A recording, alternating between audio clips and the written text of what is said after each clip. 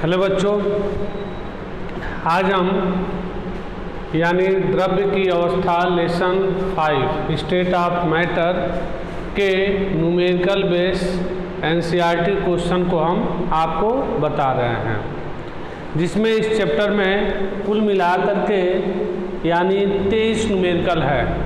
तो उसमें से सभी न्यूमेरिकल को हम लोग सॉल्व करें, जिसमें पहला न्यूमेरिकल है 30 डिग्री सेल्सियस ताप तथा 1 बार दाब पर। 30 डिग्री सेल्सियस ताप तथा 1 बार दाब पर। 1 बार दाब पर वायु के 500 डेसीमीटर क्यूब आयतन को, वायु के 500 डेसीमीटर क्यूब आयतन के, डेसीमीटर क्यूब आयतन को 200 डेसीमीटर क्यूब आयतन तक संपीड़ित करने के लिए, आयतन को 200 डेसीमीटर क्यूब आयतन तक संपीड़ित करने के लिए। तो संपीड़ित करने के लिए कितने न्यूनतम दाब की आवश्यकता होगी, कितने न्यूनतम दाब की आवश्यकता होगी, तो कितने न्यूनतम दाब की आवश्यकता होगी। तो देखेंगे इस क्वेश्चन का आंसर। एनसीईआरटी का पहला क्वेश्चन है, कह रहा 30 डिग्री सेल्सियस ताप तथा 1 बार दाब, यानी दाब का मात्रक न्यूटन प्रति मीटर स्क्वायर भी होता है, दाब का मात्रक बार भी होता है, दाब का मात्रक पास्कल भी होता है।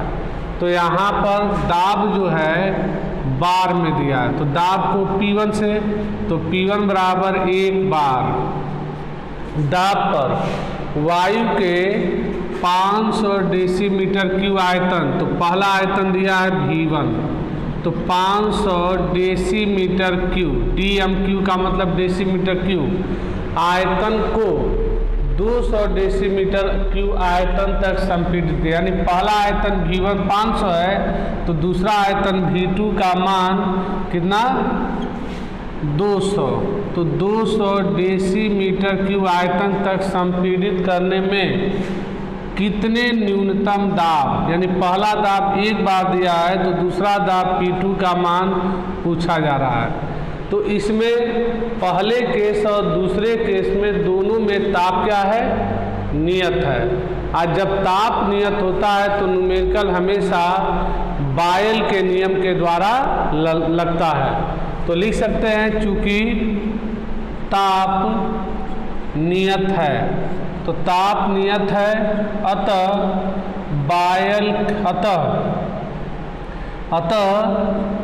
बायल के नियमानुसार, रॉबर्ट बायल के नियमानुसार, तो बायल के नियमानुसार अब होता है P1 V1 equal to P2 V2।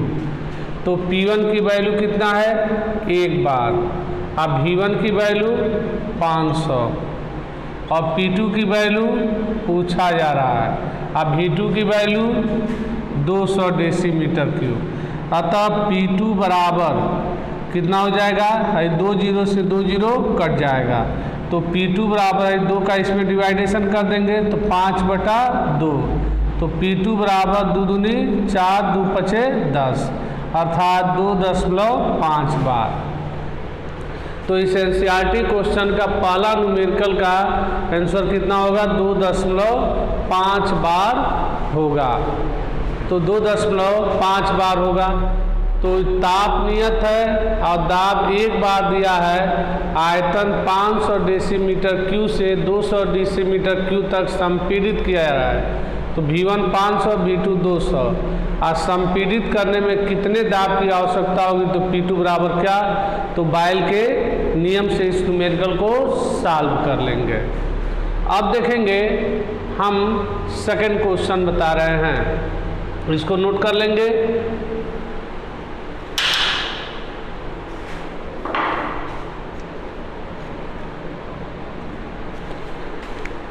देखेंगे क्वेश्चन 2, दूसरा क्वेश्चन एनसीईआरटी का दूसरा क्वेश्चन है 35 डिग्री सेल्सियस ताप तथा 1.2 बार दाब।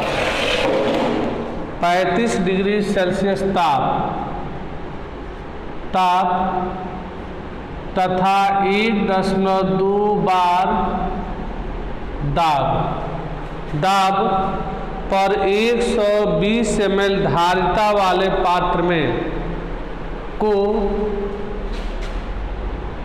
120 ml धारिता वाले पात्र में, तो धारिता वाले पात्र में गैस की निश्चित मात्रा भरी है। गैस की निश्चित मात्रा भरी है, निश्चित मात्रा भरी है। यदि 35 डिग्री सेल्सियस पर गैस को, यदि 35 डिग्री सेल्सियस पर गैस को 120 ml धारिता वाले फ्लास्क में स्थानांतरित किया जाता है। 180 ml धारिता वाले पात्र में स्थानांतरित किया जाता है, स्थानांतरित किया जाता है, तो गैस का दाब क्या होगा? तो गैस का दाब क्या होगा?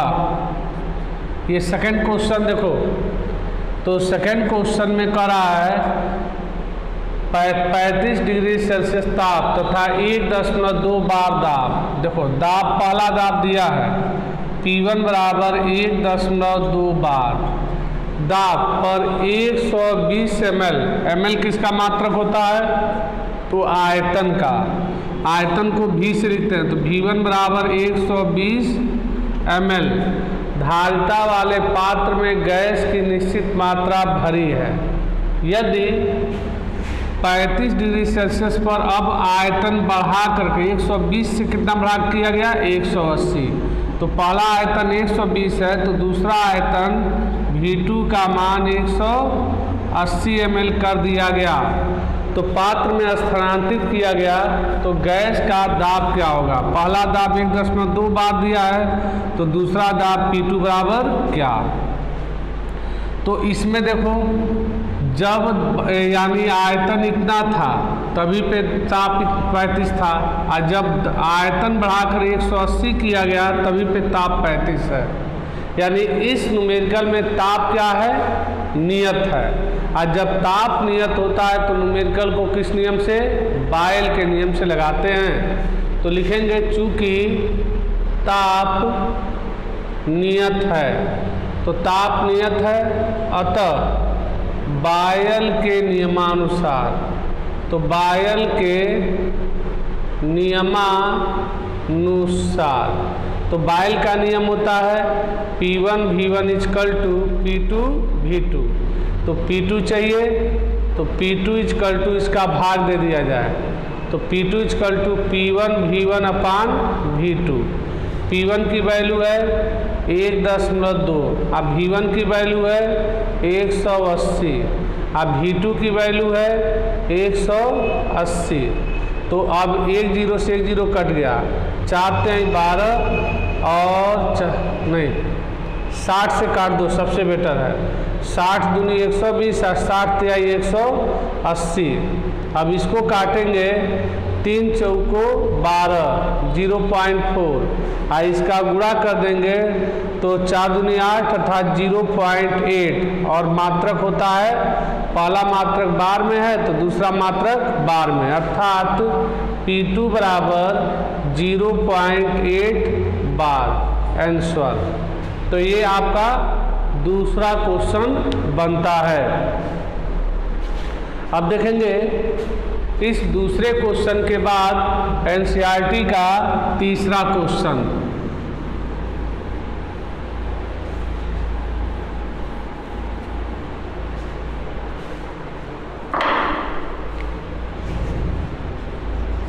तीसरा देखो क्या कर रहा है, अवस्था समीकरण का उपयोग करते हुए,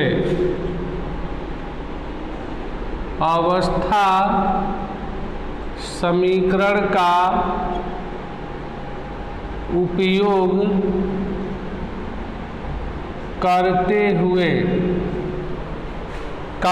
करते हुए स्पष्ट कीजिए कि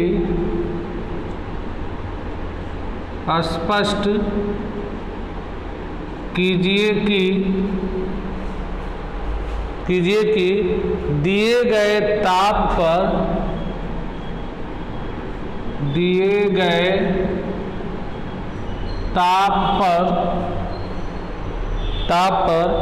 गैस का घनत्व, गैस का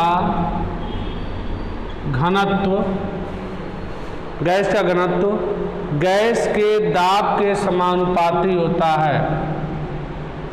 गैस के दाब के समानुपाती होता है।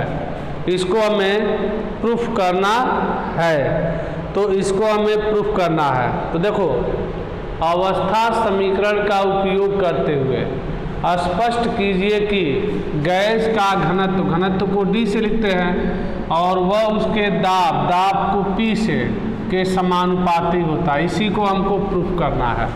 अवस्था समीकरण का प्रयोग करना है जब गैस अवस्था 1 से अवस्था 2 में बदलती है। तो देखो कैलकुलेशन कैसे प्रूफ करेंगे, माना गैस के निश्चित मात्रा, तो गैस के निश्चित मात्रा W पर गैस का घनत्व कितना मान लिया जाए, D1, ठीक है। आयतन कितना मान लिया जाए, तो आयतन V1, व दाब कितना है, P1 है। तो वी नो डैट घनत्व बराबर, घनत्व को D से लिखते हैं, घनत्व बराबर द्रव्यमान अर्थात भार को W से, और बटा आयतन को V से। अब देखो V को ऊपर कर दो, D को नीचे कर दो, तो V बराबर W/D से। अब देखो, अब इतना जब हो गया तो पहले मात्रा में आयतन V1 है तो V1 हो गया, और घनत्व कितना है, तो घनत्व D1 है तो D1 हो गया। तो यहाँ पर V1 बराबर W/D1 हो जाएगा, ठीक है। तो W/D1 हो जाएगा। अब ये अवस्था 1 में, अब देखो अवस्था परिवर्तन करते हुए, अब ये पहले अवस्था में 1 में, अब किस अवस्था में, अवस्था 2 में। तो यहाँ पर लिखेंगे अवस्था 2 में, यानी W मात्रा पर घनत्व D2, आयतन V2 व दाब कितना है, P2 है। तो आपका कितना हो जाएगा, तो आयतन V2 इसी फार्मूले से, आयतन V2 बराबर W/D2। अब देखो V1 और V2 निकल गया, अब अवस्था परिवर्तन हो रहा है तो यहाँ पर लिखेंगे अतः बायल के नियमानुसार। तो बायल के नियम से क्या होता है बाबू, P1 V1 = P2 V2। अब देखो P1 अब V1 की वैल्यू कितनी है, W/D1, तो W/D1। अब P2, अब V2 की वैल्यू कितना है, W/D2, तो W/D2। अब देखो W से W कट गया तो कितना हो जाएगा, P1/D1 = P2/D2। ये आपका फार्मूला होगा। अगर अवस्था परिवर्तन न हो, तो अगर अवस्था परिवर्तन नहीं होगा तो P/D = कांस्टेंट K हो जाएगा, कांस्टेंट K हो जाएगा। त्रियक गुणा कर देंगे तो P = K × D। K कब आता है, जब समानुपाती हटाते हैं, तो इसको हटा दिया जाए तो P समानुपाती D। यही प्रूफ करना था, P समानुपाती D, अर्थात गैस का घनत्व किसके, दाब के समानुपाती होता है। गैस का घनत्व दाब के समानुपाती होता है। तो ये अवस्था परिवर्तन करते हुए स्पष्ट कीजिए कि ताप पर गैस का घनत्व, गैस का घनत्व D दाब के समानुपाती, घनत्व D दाब P के समानुपाती हो गया। ये आपका प्रूफ हो गया। ये आपका NCERT बेस का 3rd क्वेश्चन। अब यहाँ पर देखेंगे 4था क्वेश्चन।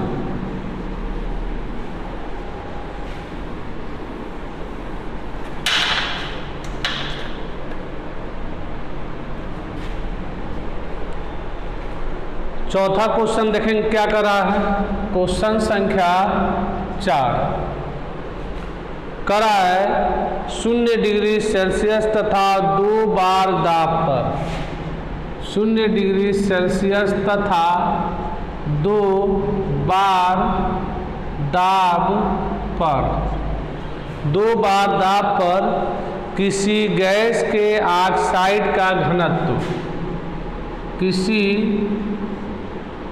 गैस के ऑक्साइड, तो गैस के ऑक्साइड का घनत्व, तो गैस के ऑक्साइड का घनत्व 5 बार दाब पर, 5 बार दाब पर, 5 बार दाब पर डाई नाइट्रोजन के घनत्व के समान है, पर डाई नाइट्रोजन का मतलब होता है N2, तो डाई नाइट्रोजन के घनत्व के समान है, के घनत्व के समान है, तो घनत्व के समान है। तो ऑक्साइड का अणुभार क्या है, तो ऑक्साइड का अणुभार क्या है, तो ऑक्साइड का अणुभार क्या है, यही क्वेश्चन पूछ रहा है। कैलकुलेशन देखो, कैलकुलेशन अगर इसको हम करें तो क्या कह रहा है, तो देखो 0 डिग्री सेल्सियस ताप है, तो 0 डिग्री सेल्सियस ताप और 0 डिग्री सेल्सियस ताप है, तो T1 बराबर 0 डिग्री सेल्सियस, T1 बराबर 0 डिग्री सेल्सियस, इसको केल्विन में बदलना है, तो 273 जोड़ देंगे तो 273 केल्विन हो जाएगा। और 2 बार दाब, तो P1 बराबर 2 बार दाब पर किसी ऑक्साइड का घनत्व को D1 से लिखते हैं, तो D1 बराबर आपका है 5, घनत्व ऑक्साइड का घनत्व 5 बार दाब पर, नहीं इसमें कह रहा है कि दाब जो है 5 बार दाब, तो P1 और किसी ऑक्साइड का घनत्व 5 बार दाब पर, इसका मतलब P1 दिया है तो यहाँ पर हो जाएगा P2 बराबर 5 बार। तो P2 बराबर आपका हो गया 5 बार दाब पर। तो ये किसके लिए हो गया? ऑक्साइड के लिए। यहाँ पर लिखेंगे ऑक्साइड के लिए, किसी गैस के ऑक्साइड के लिए। तो किसी गैस के ऑक्साइड के लिए आपका हो जाएगा। तो गैस के ऑक्साइड का दाब कितना है? 2 बार।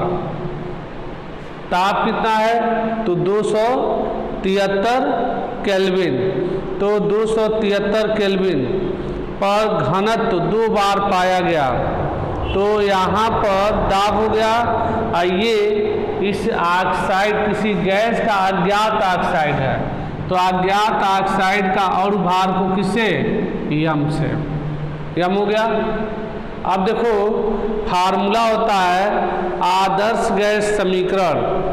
आदर्श गैस समीकरण से, तो आदर्श गैस समीकरण से आपका होता है DRT, यानी आदर्श गैस समीकरण से। तो आदर्श गैस समीकरण से तो देखेंगे आदर्श गैस समीकरण का सूत्र क्या होता है।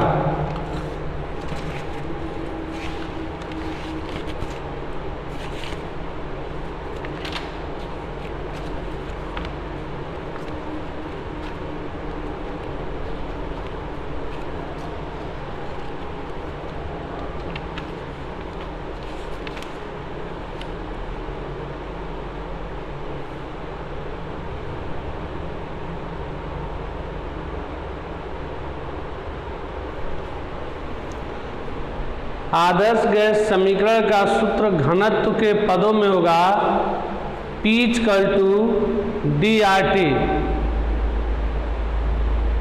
देखो आदर्श गैस समीकरण का सूत्र होता है PV = NRT। अब देखो तो PV होता है आदर्श गैस समीकरण का सूत्र होता है PV = NRT, या N के जगह पर लिख सकते हैं W/M। बताया गया है W/M। भार के पदों में आदर्श गैस समीकरण का सूत्र PV = W/M/RT। अब देखो ये M क्या है? और भार है। अब M को आगे कर दें तो P = W और V का इसमें भाग दे दो तो W/V, और यहाँ पर RT/M हो जाएगा। और यहाँ देखो हम जानते हैं यानी घनत्व बराबर द्रव्यमान बटा आयतन, ये होता है। तो W/V के जगह पर क्या लिख सकते हो? D। तो इसके जगह पर D भर दो तो P = DRT/M। इसी फार्मूले से लगाएंगे इस न्यूमेरिकल को। कोई नया फार्मूला नहीं है। PV = W/M/RT। अब M को आगे करके V का W में भाग दे दो और W/V = घनत्व। घनत्व बराबर द्रव्यमान बटा आयतन से। तो इसी फार्मूले से हम क्या करेंगे? लगाएंगे। तो क्या करा है क्वेश्चन? 0 डिग्री सेल्सियस ताप और 2 बार दाब पर गैस के ऑक्साइड। तो गैस के ऑक्साइड तो यहाँ पर देखो इसी फार्मूले से लगा रहे हैं तो इतना हो गया। तो इतना हो गया तो ये किसके लिए हो गया? ऑक्साइड के लिए। अब देखो अब इस ऑक्साइड में हम क्या जोड़ेंगे? घनत्व। तो घनत्व D = PM/RT। PM/RT हो गया। तो PM/RT हो गया तो यहाँ पर क्या हो जाएगा? घनत्व इतना है और डाई नाइट्रोजन के घनत्व के यानी दोनों का घनत्व समान है, यानी डाई नाइट्रोजन का घनत्व समान है, ऑक्साइड का घनत्व समान है और डाई नाइट्रोजन का घनत्व समान है। तो ये D1 हो गया। तो अब देखो D1 बराबर, अब यहाँ मान को भर दे रहे हैं P1 का मान कितना है? 2 बार। और भार नहीं दिया है तो आर नहीं दिया है तो आर, और टी का मान है 273, तो 273 ये हो गया इक्वेशन नंबर 1। ये ऑक्साइड के लिए हो गया। अब किसके लिए? डाई नाइट्रोजन के लिए। तो यहाँ पर लिखेंगे डाई नाइट्रोजन। तो डाई नाइट्रोजन को N2 से लिखते हैं, तो N2 के लिए, तो N2 के लिए इसी का ऑक्साइड का अनुभार बताना, यही यम हमें निकालना है। तो देखो अब N2 का अनुभार, N2 का अनुभार, तो N2 का अनुभार यम बराबर कितना होगा? नाइट्रोजन का परमाणु भार 14 होता है, 2 है तो 14 दूनी 28, तो आज 28 हो गया। तो यानी डाई नाइट्रोजन के लिए इसका कितना हो गया? यानी डाई नाइट्रोजन के लिए और भार कितना हो गया? 28। और दाब कितना है यहाँ पर? 5 बार दाब पर डाई नाइट्रोजन, तो यहाँ पर P का मान 5 बार दाब हो गया, तो 5 बार दाब हो गया।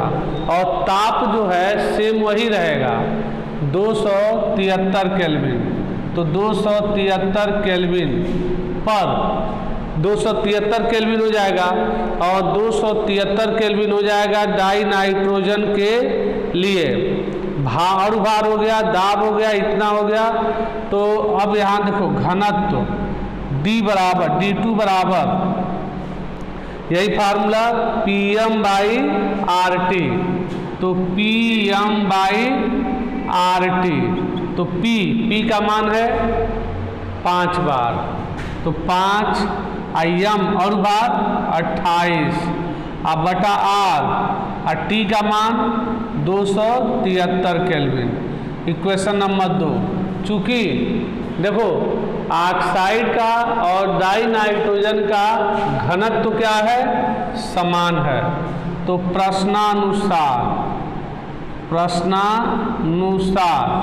प्रश्न के अनुसार दोनों का घनत्व आपस में बराबर है, तो D1 बराबर D2। D1 की वैल्यू देखो 2m बाई R गुणे 273, और D2 की वैल्यू देखो ये है 5 गुणे 28 बटा R गुणे 273, तो R से R कट गया, 273 से 273 कट गया। अब 2 का इसमें भाग दे दो, तो लिख सकते हैं अर्थात अनुभार यम बराबर 5 गुणे 28 बटा 2। इसको काट दिया जाए तो 2 एकड़ ने 2, 2 चौको 8, तो अनुभार यम बराबर 14 पचे 70, तो अनुभार कितना हो गया? अनुभार आपका 70 ग्राम प्रति मोल, तो 70 ग्राम प्रति मोल। तो यह NCERT क्वेश्चन का अब ये चौथा क्वेश्चन रहा। तो NCERT का ये चौथा क्वेश्चन सॉल्व कर दिया गया, तो सॉल्व कर दिया गया। तो इसी तरह आगे के भी क्वेश्चनों को सॉल्व किया जाएगा। आज के लेक्चर वीडियो में मात्र इतना ही। धन्यवाद।